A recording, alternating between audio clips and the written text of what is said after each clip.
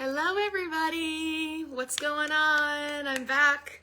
It's another Tuesday, a new tarot reviews day for everybody. And I have made myself a little festive today because I am bringing the first of two festive decks. As we all know, these are the next coming weeks where we have holidays. They've already started for many people. My favorite is coming up. I'm a big Yule girl. I love winter solstice. And then, of course, my dad was a professional Santa Claus, so I have a lot of room in my heart for Christmas. Probably my favorite besides Halloween. So naturally, I have a couple of very festive decks in my collection. And the first one that we're going to look at today is the Seasons of the Witch Yule Oracle. This is by Lorraine Anderson and Juliet Diaz, and illustrated by Jada Rose. And this is such a cute deck. I don't use it a lot, but I do love this deck. So these two authors, we are kind of working together on this deck. One of them is a poet and writes poetry, and the other is writing like more of the text of the deck. So each card has a little poem attached to it to help divine its meaning, right? And so this is the sort of deck that, just what the back looks like. This is the sort of deck, it's from a series of decks. This whole Seasons of the Witch, they have a Samhain one, they have a Mabon one, I think they have different ones. And so just like they're trying, I think they're aiming to like go through the entire wheel of the year. So the only one of this series that I actually own is this Yule deck, because I was like, well, if I'm going to start collecting these, I'm going to start with my favorite holiday, because I have so many decks to collect that collecting this series is just like a drop in a very enormous bucket. But it's a great deck because everything that is snuggly about this time of year, everything that's magical about this time of year, everything that I think is like all the spiritual growth that can happen this time of year is really embedded within the intentionality that the authors have put into this deck. So they're thinking about gratitude, which is something that happens a lot around this time of year, generosity, which happens a lot around this time of year, but also pausing for reflections, making intentions toward our growth and improvement. So these are all aspects of Yule that they're thinking about in this deck. So this deck can be used in a couple of ways. So first we have the poem is on each card, and it's also in the book before like the other author kind of elaborates a little more. So you can begin by, I love this one, Cardinal Medicine. You can begin by using the poems as an invocation of sorts to try and invoke. So like if I wanted to use Cardinal Medicine as an altar card, I would use this poem. I would say it out loud to like invoke the energy of this card. And then it's appropriate not just for readings around this time of year, but it's also really appropriate for any readings that you want to do around those issues of comfort, joy, gratitude, making intentions towards achieving our next level or our highest self, but that space of reflection that has to happen before all those things can grow, right? And then, of course, there's this idea of light that is really, really present within the artwork of the deck. So, oh, here's our little titular card right there, chills. So Jada Rose, who is the author of this deck, is very inspired by folk art, just like our last deck that we looked at. A lot of inspiration coming from folk art and classic fairy tale illustrations. There's this really beautiful sort of wabi-sabi quality, I think, that this artwork has. There's a lot about it that is imperfect, right? There's a lot of irregularity to the shapes. There's a lot of irregularity to the line work. There's something like a little bit patchy about the way that the color is done, something not quite finished, not quite blended together. But I think that that's really beautiful because it really evokes that sort of rustic folk feeling that the artist is going for. Because even with that, I think that these are incredibly beautiful, very emotive. I'm always a fan of like kind of mixing some of those illusionistic techniques with flattened space. There's something about that I just really love.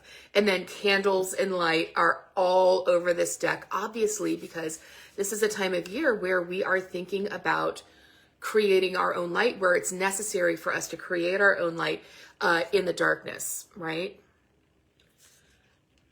As our days are getting shorter and shorter. So really, really pretty deck. And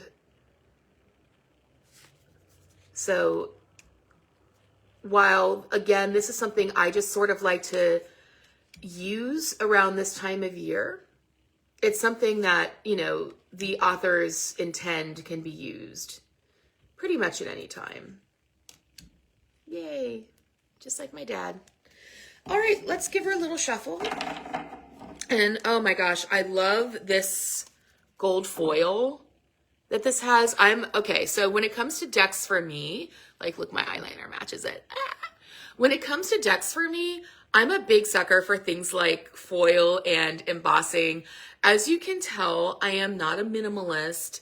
I am a maximalist, and that definitely goes for my decks. I definitely have a lot of appreciation for minimalistic art.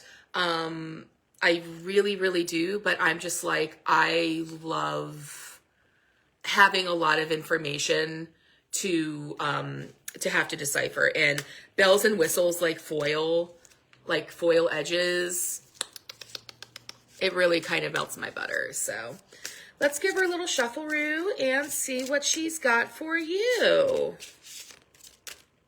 I feel like this one right here. Oh my God, cardinal medicine. This is actually so fun.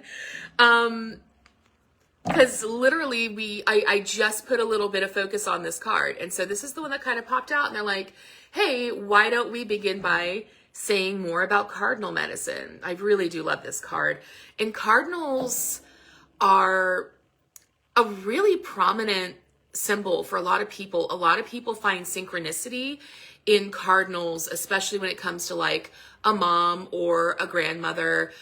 So sometimes we have like family members saying hi. So apart from whatever this card might actually mean, if cardinals are for you something that is really evocative of a family member, then just understand that maybe they're saying hi to you right now at this time of year.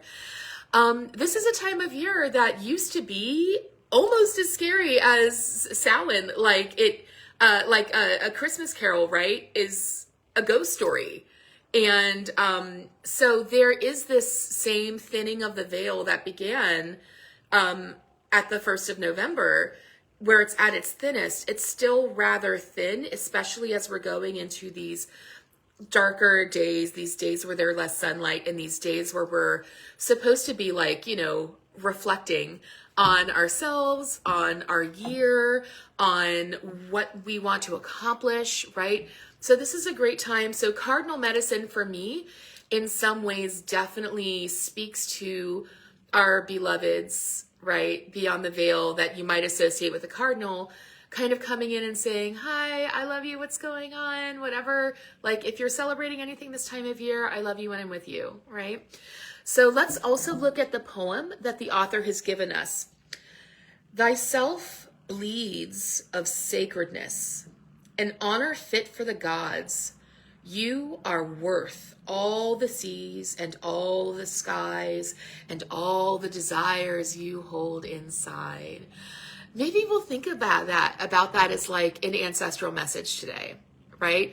This idea of worth, because this is the cardinal medicine that the authors want to get across to us, is this idea. And again, I think that even last week, a card about like our uniqueness came out, understanding that like there's something so blessed and sacred about each of us, that we are each a unique individual, and like a star or a tree or a cardinal or a beautiful berry or gorgeous antler horns, you are worthy of being here, right? And I just think that this might be a message, especially as like dark days really begin to come in, and we really, really need to like grapple with finding that light, accessing light. And you know, like, man, the news this weekend was heavy. It just boom, boom, boom. Like all kinds of like crazy stuff is happening, a lot of dark stuff going on. And tapping in and remembering our light begins by understanding how worthy we are, right? Understanding that like we're worthy of care, we're worthy of taking that time to slow down and reflect, that this time of year invites by nature, even if you are maybe in circumstances in your life where like you feel like I can't get a break. You know, you're entitled to one just by dint of being a miraculous human being. Like we are all at our core divine beings. And this cardinal medicine reminds us of that. It reminds us that we are each a unique divine soul that is worthy of rest and, you know, chummy fires and a beautiful remembrance from our loved ones, and for ease, right? A lot of times around this time of year, we deny ourselves ease because we're so preoccupied with what needs to get done, what needs to get done, what needs to get done. So maybe we need a little cardinal medicine this time of year, right? To remind us that we are at our core unique, divine, individual souls. And this is, the wings. I just did a reading recently. Yesterday I did a reading that had a lot of wings in it. And like the wings are something that are also coming out to me about this idea of like, sometimes we can rest and sometimes we need to take flight, or maybe this bird is landing. Like, where are you at right now? But either way, you are equipped with wings, which means that you are equipped with the means of your own liberation. I feel like somebody needs to hear that. And it's 12:12 as I'm saying that. So if you're an angel numbers person, allow that coincidence to kind of settle within your gut. So, all right, I think that is what I am being given to say for today. I think that this is such a beautiful little reading. I am excited to see you all next week, where I will be back in Cincinnati. So, you know, if you're a Cincinnati person, holler at me. And, you know, if you want to hear any more, book me. I'm free. Much love to everybody. Mwah. I love you. I love you. I love you. Thank you so much for hanging out with me today and for staying to the end of this video, right? My love to each of you, and I will see you next Tuesday. Bye.